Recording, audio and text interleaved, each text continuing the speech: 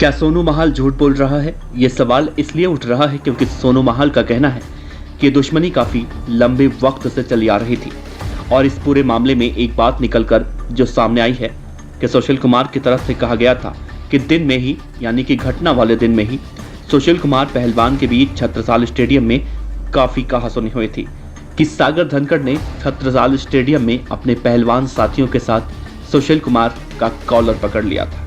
लेकिन इन सब बातों में कितनी सच्चाई है नहीं पता, लेकिन इन सब बातों की सच्चाई पर सवाल जरूर उठ रहा है और ये कहा जा रहा है कि सुशील कुमार पहलवान वाकई में झूठ बोल रहे हैं, क्योंकि जिस दिन ये वारदात हुई थी उस दिन सागर धनखड़ की बात फोन पर अपने मां से हुई थी, जो कि हरियाणा के अपने गांव में रहती हैं। इस पूरे बातचीत के दौरान सागर धनखड़ की तरफ से हालचाल पूछा गया था और उसके घर वालों की तरफ से भी हालचाल ही पूछा गया था।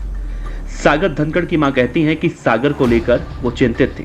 जिस तरह से दिल्ली में कोरोना वायरस बहुत तेजी से उस दौरान फैल रहा था, तो उन्होंने सागर से ये भी कहा था कि चाहो तो घर चले आओ और जब लॉकडाउन खुल जाएगा, कोरोना वायरस कम हो जाएगा तो वापस चले जाना। लेकिन सागर धनखड़ ने कहा था कि यहाँ पर मैं बिल्कुल ठीक हूँ, मुझे कोई दिक्कत नहीं है। और सागर ने भी अपने घर वालों से कोरोना वायरस से सतर्क रहने की बात कही थी।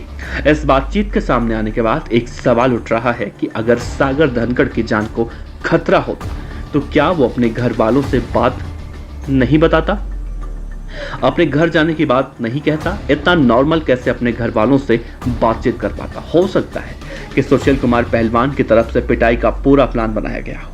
ये बातें सागर को नहीं पता हो, लेकिन ये सागर धनखड़ की मां की बातें इस तरफ इशारा कर रही हैं कि सुशील कुमार पहलवान पुलिस कस्टडी में काफी सारी बातें झूठी बोल रहा था, क्योंकि सुशील कुमार ने कहा था कि मैं और अपने साथी अजय बक्करवाला के साथ जब जा रहा था तो सागर धनखड़ अपने साथियों के साथ पहले मेरा कॉलर पकड़ता है।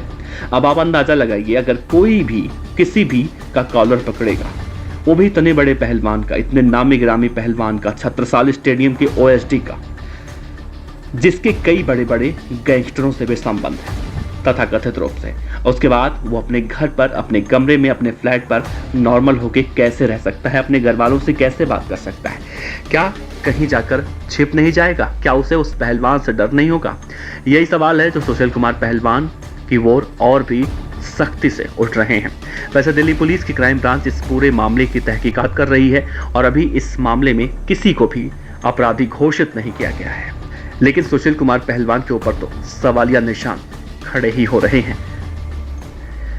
इसी तरह की अपडेट के लिए आप बने रहिए बीडीएफ न्यूज के साथ। आपका बहुत बहुत शुक्रिया।